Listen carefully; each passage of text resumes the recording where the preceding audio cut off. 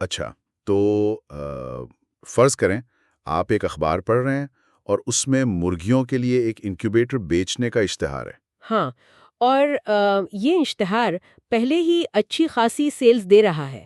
بالکل، لیکن اسے بنانے والے کو اچانک خیال آتا ہے کہ مطلب اس میں تھوڑا آرٹ یا تخلیقی پن شامل کرنا چاہیے۔ تو وہ سوچتا ہے کہ کیوں نہ اس میں مرغیوں کی ایک بڑی اور خوبصورت سی سیاہ تصویر یعنی ایک سلویٹ شامل کر دی جائے تاکہ اشتہار زیادہ پرکشش لگے۔ صحیح، اور اس تصویر کی وجہ سے اشتہار کا سائز بڑھ جاتا ہے، یعنی اس کی لاگت میں براہ راست 50% کا اضافہ ہو جاتا ہے۔ 50%؟ اب مارکیٹنگ کا ہمارا عام فہم یہی کہتا ہے نا کہ بڑا اشتہار اور زیادہ پرکشش تصویر کا مطلب ہے زیادہ توجہ، اور زیادہ توجہ کا سیدھا سا مطلب ہے زیادہ فروخت۔ ہاں، عام طور پر تو لوگ یہی سوچتے ہیں۔ لیکن حیران انگیز طور پر اس 50% اضافی خرچے اور خوبصورت تصویر نے ایک سنگل اضافی انکیوبیٹر بھی نہیں بیچا۔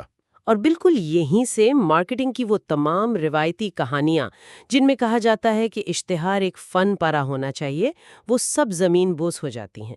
دیکھیں، جب بات ٹھوس ڈیٹا اور پیسوں کی آتی ہے نا، تو حقیقت ہماری عام سوچ سے بالکل مختلف ہوتی ہے۔ صحیح کہہ رہی ہیں آپ۔ یہ انکیوبیٹر والی مثال دراصل اس بات کا ثبوت ہے کہ خریدار کے نفسیات کو سمجھے بغیر صرف جمالیات یعنی ایستھیٹکس پر پیسہ بہانا کتنا بڑا فریب ہے۔ اچھا، چلو اس کے مختلف پہلوؤں کو سمجھتے ہیں۔ آج کے اس تفصیلی جائزے میں ہم کلاڈ سی ہاپکنز کی مشہور زمانہ تصنیف سائنٹیفک ایڈورٹائزنگ کے فراہم کردہ نوٹس اور ریسرچ کا گہرا مطالعہ کر رہے ہیں۔ بالکل، اور یہ بہت دلچسپ ہونے والا ہے۔ ہاں، ہمارا بنیادی مقصد یہ کھوجنا ہے کہ کس طرح اشتہار بازی محض قیاس آرائیوں، تخلیقی جنون یا اندھیرے میں تیر چلانے کا نام نہیں رہی۔ یعنی میل آرڈر کی دنیا اور لاکھوں ڈالرز کی ٹیسٹنگ نے اسے ایک ایسی سائنس میں بدل دیا ہے جس کے اصول کشش ثقل کی طرح کام کرتے ہیں۔ اور مزے کی بات یہ ہے کہ یہ اصول آج کے ڈیجیٹل دور میں بھی اتنے ہی کارآمد ہیں جتنے 100 سال پہلے تھے۔ واقعی، اور جہاں تک مجھے سمجھ آیا ہے اس سائنس کی بنیاد ہی میل آرڈر کے تجربات پر رکھی گئی ہے نا؟ ہاں ہاں، بالکل۔ دیکھیں، میل آرڈر کا مطلب یہ ہے کہ آپ نے اخبار میں اشتہار دیا، اس میں ایک کوپن ہے، اور گاہک وہ کوپن کاٹ کر آپ کو ڈاک کے ذریعے پیسے بھیجتا ہے۔ صحیح۔ اس ماڈل میں کوئی دکاندار یا درمیانی آدمی نہیں ہوتا جو خریدار کو قائل کرے۔ آپ کے اشتہار کو ہی سارا کام کرنا ہوتا ہے، اس لیے ہر اشتہار کا نتیجہ براہ راست پیسوں کی صورت میں ناپا جاتا ہے۔ یعنی اگر اشتہار کام نہیں کر رہا تو آپ کو فوراً پتہ چل جائے گا کہ آپ کا پیسہ ڈوب گیا ہے۔ بالکل، اور اسی بے رحم احتساب نے مارکیٹنگ کو قیاس آرائی سے نکال کر سائنس بنایا، کیونکہ جب پیسہ ضائع ہوتا ہے تو انسان فوراً سیکھتا ہے۔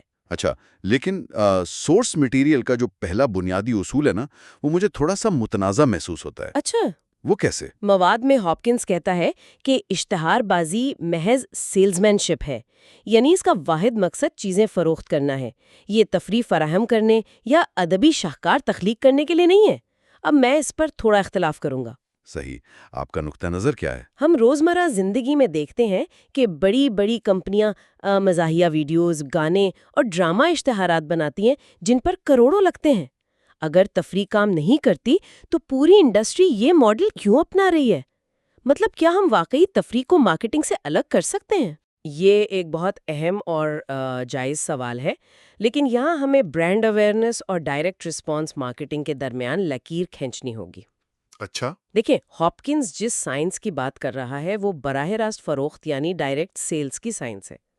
خریدار جب اپنا پیسہ خرچ کرنے لگتا ہے تو وہ ایک انتہائی سنجیدہ موڈ میں ہوتا ہے۔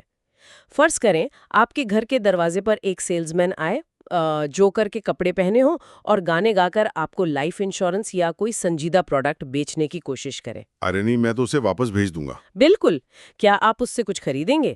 نہیں، کیونکہ پیسہ خرچ کرنا ایک محتاط عمل ہے۔ لوگ تفریح کے لیے ٹی وی دیکھتے ہیں یا سوشل میڈیا استعمال کرتے ہیں، لیکن جب انہیں اپنی مشکل کا حل چاہیے ہوتا ہے تو وہ ایک ماہر کی تلاش میں ہوتے ہیں، کسی جوکر کی نہیں۔ ہاں، یہ بات تو سمجھ آتی ہے۔ اور دوسری بات یہ کہ ایک عام سیلز مین کی غلطی شاید آپ کے ایک یا دو گاہکوں کو ضائع کرے، لیکن ایک اشتہار بیک وقت لاکھوں لوگوں تک پہنچتا ہے۔ اشتہار میں کی گئی بلا وجہ کی شوخی کمپنی کو لاکھوں ڈالرز کا نقصان پہنچا سکتی ہے۔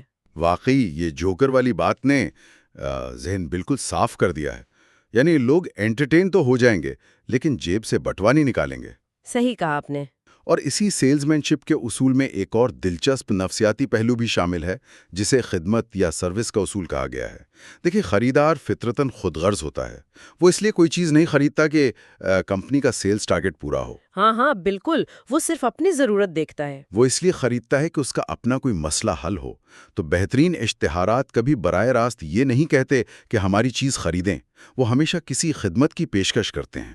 بالکل، اور سورسز میں دی گئی برش بیچنے والی کمپنی کی مثال اس اصول کا بہترین عملی نمونہ ہے۔ ہاں، وہ مثال واقعی کمال تھی۔ دیکھیں، اس کمپنی کے نمائندے گھر گھر جا کے برش بیچتے تھے۔ اب دروازہ کھٹکھٹا کر سیدھا یہ کہنا کہ کیا آپ برش خریدیں گے، فوراً انکار کی دعوت دیتا ہے۔ بالکل، عام طور پر لوگ دروازہ بند کر دیتے ہیں۔ صحیح کہا۔ تو اس کی بجائے انہوں نے اپنی حکمت عملی بدلی۔ وہ دروازہ کھٹکھٹا کر کہتے، میں آپ کو ایک برش تحفے میں دینے آیا ہوں، ان سیمپلز میں سے اپنی پسند کا انتخاب کر لیں۔ اب سوچیں، جب گھر کا مالک وہ تحفہ چنتا ہے تو اس کے ذہن میں کیا چل رہا ہوتا ہے؟ میں سمجھ سکتا ہوں، یہ براہ راست ریسیپروسٹی یعنی احسان مندی کی نفسیات ہے۔ جب کوئی آپ کو کچھ مفت دیتا ہے تو آپ کے اندر فطری طور پر یہ دباؤ پیدا ہوتا ہے کہ آپ بھی بدلے میں کچھ کریں۔ بالکل یہی بات ہے۔ یہ لین دین کے عمل کو ایک تعلق میں بدل دیتا ہے۔ جب نمائندے نے تحفہ دیا تو خریدار نے خوشی سے کوئی نہ کوئی دوسرا برش بھی خرید لیا۔ یہ حکمت عملی ایک عام سے برش کو ایک تجربے اور خدمت میں تبدیل کر دیتی ہے۔ 100% درست۔ یہ پورا ایک نفسیاتی شفٹ ہے۔ آپ مانگنے والے کے بجائے دینے والے بن جاتے ہیں، اور گاہک کی نفسیات مانگنے والے سے دور بھاگتی ہے جبکہ دینے والے کا خیمہ گرم کرتی ہے، یعنی اس کا خیر مقدم کرتی ہے۔ اچھا، یہ تو بات ہو گئی کہ جب سیلزمین براہ راست خریدار کے سامنے کھڑا ہو، لیکن ایک اشتہار تو لاکھوں کے ہجوم میں کھڑا ہوتا ہے نا؟ ہاں، یہ ایک اہم فرق ہے۔ تو وہ ہجوم میں سے اپنے اصل خریدار کو کیسے پہچانتا ہے؟ یہاں بات واقعی بہت دلچسپ ہو جاتی ہے۔ یہاں سے ہم ہیڈ لائنز کی سائنس کی طرف آتے ہیں۔ مجھے ہمیشہ لگتا تھا کہ ہیڈ لائن کا مقصد ہر ممکن شخص کو اپنی طرف متوجہ کرنا ہوتا ہے۔ ہاں، عام طور پر سب یہی سوچتے ہیں۔ ہاں، یعنی کوئی ایسا سنسنی خیز جملہ لکھو کہ ہر گزرنے والا رک جائے۔ لیکن مواد کہتا ہے کہ اندھی یا مبہم ہیڈ لائنز جو ہر کسی کو متوجہ کرنے کی کوشش کرتی ہیں وہ سراسر ناکامی ہیں۔ اور یہی وہ غلطی ہے جو آج کل کے کلک بیٹ دور میں بہت عام ہے۔ دیکھیں، ہیڈ لائن کا اصل کام ہجوم اکٹھا کرنا نہیں ہے، بلکہ ہجوم کو فلٹر کرنا ہے۔ فلٹر کرنا؟ اچھا۔ ہاں، مواد میں بڑی خوبصورت تشبیہ دی گئی ہے کہ ہیڈ لائن ایسی ہی ہے جیسے آپ ہجوم میں کھڑے ہو کر آواز لگائیں، سنو بل جونز! تو اس ہجوم میں سے صرف بل جونز ہی مڑ کر دیکھے گا، باقی لوگ اپنے کام سے کام رکھیں گے۔ اور آپ کو بھی ان سے کوئی غرض نہیں ہونی چاہیے، ہے نا؟ بالکل۔ اگر آپ گنجے پن کے علاج کا اشتہار دے رہے ہیں تو آپ کو ان لوگوں کی توجہ کی بالکل ضرورت نہیں ہے جن کے بال گھنے ہیں۔ صحیح، یعنی یہ بالکل مچھلی پکڑنے والے جال کی طرح ہے۔ اگر آپ نے مخصوص سائز کی مچھلی پکڑنی ہے تو جال کے سوراخ بھی اسی حساب سے رکھنے ہوں گے تاکہ چھوٹی مچھلیاں نکل جائیں اور صرف آپ کا ہدف ہی جال میں رہے۔ بہترین مثال دی آپ نے۔ اگر آپ سب کو پکڑنے کی کوشش کریں گے تو جال پھٹ جائے گا۔ لیکن فرض کریں کہ ہیڈ لائن نے اپنا کام کر دیا، بل جونز مڑ کر رک گیا اور اس نے اشتہار پڑھنا شروع کر دیا۔ اب اسے قائل کیسے کرنا ہے؟ کیونکہ آج کے دور میں صارف بہت باشعور ہے۔ وہ جانتا ہے کہ ہر کمپنی اپنے آپ کو دنیا میں سب سے بہترین کہتی ہے۔ ہاپکنز کا اس بارے میں کیا کہنا ہے؟ ہاپکنز نے یہاں انسانی نفسیات کی ایک بڑی گہری کمزوری یا یوں کہہ لیں کہ طاقت کو پکڑا ہے۔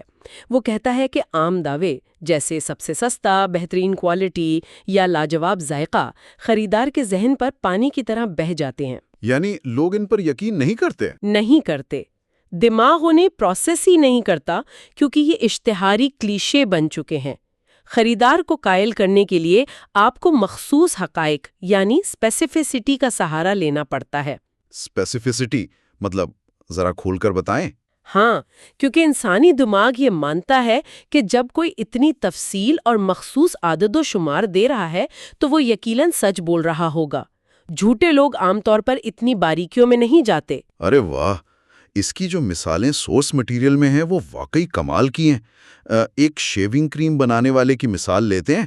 اس نے روایتی جملہ استعمال نہیں کیا کہ ہماری کریم سے بہت زیادہ جھاگ بنتی ہے یا یہ آپ کی جلد کے لیے بہترین ہے۔ صحیح، تو اس نے کیا کیا؟ اس کی بجائے اس نے باقاعدہ لیبارٹری رپورٹ کی طرح اپنے حقائق پیش کیے۔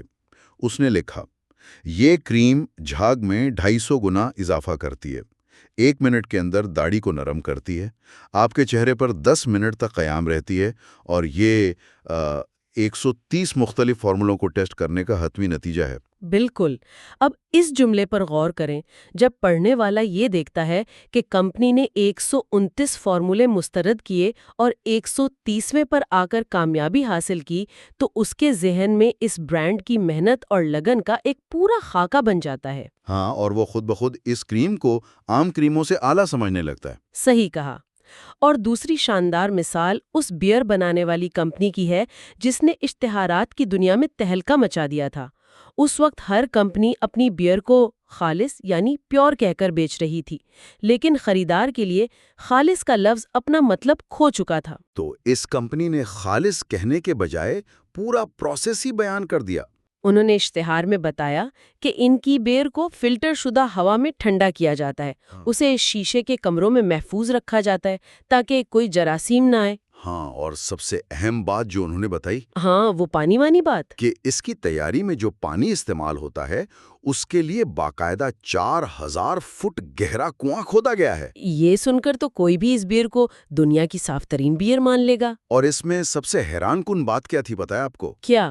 مارکیٹ کی باقی تمام کمپنیاں بھی تقریباً یہی طریقہ کار استعمال کر رہی تھیں۔ واقعی؟ ہاں، لیکن چونکہ کسی نے بھی اسے اتنی تفصیل اور تخصیص کے ساتھ عوام کے سامنے پیش نہیں کیا تھا، اس لیے جس کمپنی نے سب سے پہلے یہ مخصوص حقائق بتائے، عوام کے ذہن میں وہی اصل خالص بیئر بن گئی۔ اسے مارکیٹنگ کی دنیا میں پری ایمپٹیو کلیم کہتے ہیں۔ آپ وہ بات پہلے کہہ دیتے ہیں اور باقی سب آپ کی نقل کرنے والے بن جاتے ہیں۔ یہ تو کمال کی سائیکالوجی ہے، یعنی مخصوص حقائق خریدار کے دفاعی نظام کو سیدھا بائی پاس کر جاتے ہیں۔ لیکن یہاں میرے ذہن میں ایک تضاد آ رہا ہے۔ کس قسم کا تضاد؟ ہم نے شروع میں بات کی تھی انکیوبیٹر والے شخص کی، جس کی مرغیوں کی تصویر نے اس لیے کام نہیں کیا کیونکہ خریدار بہت پریکٹیکل ہوتا ہے اور وہ فالتو چیزوں سے متاثر نہیں ہوتا۔ ہاں، بالکل۔ لیکن اگر ہم اسے وسیع تناظر میں دیکھیں تو مواد میں ہی ایک اور مثال ہے جہاں ایک ڈپارٹمنٹل سٹور نے ایسٹر کے موقع پر ایک $1000 کی ٹوپی کا اشتہار دیا۔ اب ظاہر ہے $1000 کی ٹوپی خریدنا تو کوئی پریکٹیکل فیصلہ نہیں ہے نا، لیکن پھر بھی خواتین کا ایک ہجوم اسے دیکھنے امڑ آیا۔ یہ کیا ماجرا ہے؟ انسان پریکٹیکل ہے یا جذباتی؟ دیکھیں، انسان بائے وقت دونوں ہے، اور یہ سب کانٹیکسٹ پر منحصر ہے۔ انکیوبیٹر ایک مشین ہے، اسے خریدا ہی منافع کمانے کے لیے جاتا ہے، اس لیے وہاں پریکٹیکل سوچ غالب ہوتی ہے۔ صحیح۔ لیکن جب بات فیشن، ملبوسات یا لائف سٹائل کی آتی ہے تو انسان فطرتاً مہنگی اور خاص چیزوں کی طرف بھی کشش محسوس کرتا ہے۔ وہ $1000 کی ٹوپی دراصل اینکرنگ اور ایسپریشنل مارکیٹنگ کی ایک زبردست مثال تھی۔ اینکرنگ؟ یعنی انہوں نے جان بوجھ کر اتنی مہنگی ٹوپی رکھی۔ بالکل، اسٹور کو معلوم تھا کہ کوئی وہ ٹوپی نہیں خریدے گا، لیکن جب خواتین اس مہنگی ترین اور شاندار ٹوپی کو دیکھنے آئیں گی تو اس ایک پروڈکٹ کا ہیلو ایفیکٹ اسٹور کی باقی تمام چیزوں پر پڑے گا۔ انہیں وہ اسٹور انتہائی پریمیم لگے گا اور وہ وہاں سے $10 یا $20 والی دوسری ٹوپیاں خوشی خوشی خرید لیں گی۔ ارے واہ! یعنی آپ ایک انتہائی مہنگی چیز دکھا کر باقی تمام چیزوں کی قیمت کو نفسیاتی طور پر سستا اور پرکشش بنا دیتے ہیں۔ یہ تو بہت چالاک طریقہ ہے نا؟ اور اسی طرح کی ایک اور نفسیاتی چال جو مواد میں ڈسکس کی گئی ہے وہ اونرشپ یا ملکیت کے احساس کی ہے۔ ہاں، وہ کتابوں والی مثال۔ صحیح پکڑا۔ ایک کمپنی نے صرف اتنا کیا کہ کتابوں کے سیٹ پر گاہک کا نام سنہری حروف میں لکھ کر دینے کی پیشکش کی، اور اس معمولی سی تبدیلی نے سیلز کو آسمان پر پہنچا دیا۔ اس کا مطلب ہے کہ ہر انسان کو اپنی ذات سے شدید محبت ہے، اور جب آپ پروڈکٹ کو اس کی ذات سے جوڑ دیتے ہیں تو وہ اسے رد نہیں کر پاتا۔ بالکل، لیکن میں یہ سوچ رہا ہوں کہ جب آپ اتنے مخصوص حقائق پیش کریں گے، پورا پروسیس بتائیں گے اور خریدار کے نفسیاتی ٹریگرز کو چھیڑیں گے تو ظاہر ہے آپ کا اشتہار لمبا ہوتا جائے گا۔ ہاں، لمبا تو ہوگا۔ یہ کوئی 2 لائنوں کا کام تو نہیں ہے نا؟ اور یہاں مارکیٹنگ کا ایک اور بڑا اصول ٹکراتا ہے کہ لوگوں کے پاس وقت نہیں ہے، وہ لمبی تحریریں نہیں پڑھتے، کیپ اٹ شارٹ۔ تو کیا یہ سب بتانے کے چکر میں ہم پڑھنے والے کو اکتانی دیں گے؟ دیکھیں، یہ ایک اور بہت بڑا مت ہے جسے ہاپکنز نے بڑی خوبصورتی سے توڑا ہے۔ یہ بالکل سچ ہے کہ جو شخص آپ کی پروڈکٹ میں دلچسپی نہیں رکھتا وہ ایک لائن بھی نہیں پڑھے گا، چاہے وہ کتنی ہی مختصر کیوں نہ ہو۔ ہاں، یہ بات تو طے ہے۔ لیکن جو شخص اپنی محنت کی کمائی خرچ کرنے والا ہے، جو واقعی مارکیٹ میں گاڑی، گھر یا کوئی مہنگی سروس خریدنے نکلا ہے، وہ اس پروڈکٹ کے بارے میں ہر ممکن معلومات حاصل کرنا چاہتا ہے۔ صحیح۔ اس پر وہ گاڑیوں والی مثال بہت فٹ بیٹھتی ہیں۔ سورسز میں بتایا گیا ہے کہ ایک شخص مہنگی گاڑی خریدنا چاہتا تھا۔ اس دور کی 2 بہترین گاڑیاں رولز رائس اور پیئرز ایرو تھیں۔ ان کے اشتہارات بہت خوبصورت تھے لیکن انتہائی مختصر، بس ایک تصویر اور برانڈ کا نام۔ اور اس خریدار نے کیا کیا؟ اس کار خریدار نے انہیں سرے سے نظر انداز کر دیا۔ اس کے برعکس مارمن نام کی ایک اور گاڑی کا اشتہار تھا جس نے گاڑی کے پرزوں، اس کی کارکردگی، اس کے آرام، غرض کے مکمل کہانی انتہائی تفصیل سے لکھی تھی۔ اس شخص نے وہ پورا لمبا چوڑا اشتہار پڑھا اور جا کر مارمن گاڑی خرید لی۔ اور اس کی وجہ بڑی واضح ہے۔ ایک چھوٹا اشتہار شاید 10,000 لوگوں کو اپنی طرف متوجہ کر لے، لیکن وہ 10,000 لوگ خریدار نہیں ہوں گے۔ ایک لمبا تفصیلی اشتہار شاید صرف 1,000 لوگ پڑھیں، لیکن وہ 1,000 لوگ وہی ہوں گے جو حقیقتاً کاری خریدنے کا ارادہ رکھتے ہیں۔ یعنی لمبی تحریر دراصل نان سیریس لوگوں کو فلٹر کرنے کا کام کرتی ہے۔ بالکل، اور سنجیدہ خریدار کو وہ تمام دلائل فراہم کرتی ہے جو اسے اپنی جیب سے پیسے نکالنے کے لیے درکار ہوتے ہیں۔ یعنی بات پھر وہیں آ جاتی ہے کہ اشتہار ایک سیلزمین ہے۔ اگر آپ کسی شو روم میں جائیں اور سیلزمین آپ کو گاڑی کی خوبصورتی بتا کر خاموش ہو جائے تو کیا آپ اس سے گاڑی خریدیں گے؟ قطعاً نہیں، میں تو پوری ڈیٹیل مانگوں گی۔ آپ تو چاہیں گے کہ وہ آپ کو ہر ایک فیچر کے بارے میں تفصیل سے بتائے۔ بالکل، اور اتنی تفصیلات اکٹھی کرنا کوئی آسان کام نہیں ہے۔ ایک کامیاب اشتہار کے پیچھے جو ریسرچ ہوتی ہے وہ بعض اوقات مہینوں پر محیط ہوتی ہے۔ ایک اچھا کاپی رائٹر محض الفاظ کا جادوگر نہیں ہوتا، وہ ایک محقق یعنی ریسرچر ہوتا ہے۔ اس پر مجھے کیفین فری کافی کی مثال ذہن میں آتی ہے جس نے مجھے واقعی حیران کر دیا۔ دیکھیں، اس کمپنی نے کافی سے کیفین تو نکال دی، لیکن اب ان کے سامنے ایک بہت بڑا مسئلہ تھا۔ وہ کیا مسئلہ تھا؟ لوگ کافی پیتے ہی اس لیے ہیں کہ انہیں وہ فوری کک یا تازگی ملے۔ عام تاثر یہ تھا کہ اگر کیفین نکال دی تو وہ تازگی ختم ہو جائے گی، پھر کافی پینے کا فائدہ کیا؟ اب اس مسئلے کو حل کرنے کے لیے اشتہار بنانے والوں نے کوئی سستے دعوے نہیں کیے، بلکہ انہوں نے میڈیکل ریسرچ کا سہارا لیا۔ جی ہاں، انہوں نے ہزاروں طبی اور سائنسی مضامین کھنگالے اور آخرکار انہیں ایک ایسی سائنسی حقیقت مل گئی جس نے پوری گیم بدل دی۔ انہیں پتا چلا کہ کیفین کا اصل اثر انسان کے اعصابی نظام پر کافی پینے کے تقریباً 2 گھنٹے بعد شروع ہوتا ہے۔ یہ بات سن کر تو مجھ سمیت بہت سے کافی پینے والوں کا دماغ گھوم گیا ہوگا۔ مطلب ہم جو گرم کافی کا پہلا گھونٹ لیتے ہی وہ سکون اور تازگی محسوس کرتے ہیں، وہ کیفین کا کمال ہوتا ہی نہیں۔ بالکل نہیں، وہ تو محض اس کے ذائقے اور گرمائش کا نفسیاتی اثر ہوتا ہے۔ اور اسی ایک سائنسی حقیقت نے اس کافی برانڈ کو بچا لیا۔ انہوں نے اپنے اشتہار میں کھل کر بتایا کہ کیفین تو 2 گھنٹے بعد اثر کرتی ہے، لہٰذا ہماری کیفین فری کافی آپ کو وہ تمام فوری ذائقہ اور تازگی دے گی جو آپ کو چاہیے، لیکن یہ آپ کے اعصاب کو نقصان نہیں پہنچائے گی اور آپ کو پرسکون نیند آئے گی۔ یہ ہوتی ہے معلومات کی طاقت۔ ایک فیکٹ نے پوری کیمپین کو ناقابل شکست بنا دیا۔ لیکن تو اس سب کا اصل مطلب کیا ہے؟ میرا ایک سوال یہ پیدا ہوتا ہے کہ اتنی ریسرچ، بہترین ہیڈ لائن، مخصوص حقائق اور لمبی چوڑی کاپی لکھنے کے بعد بھی ہم 100% یقین سے کیسے کہہ سکتے ہیں کہ اشتہار کام کرے گا؟ کیا اس ساری سائنس کے باوجود کہیں نہ کہیں قسمت کا عمل دخل نہیں ہوتا؟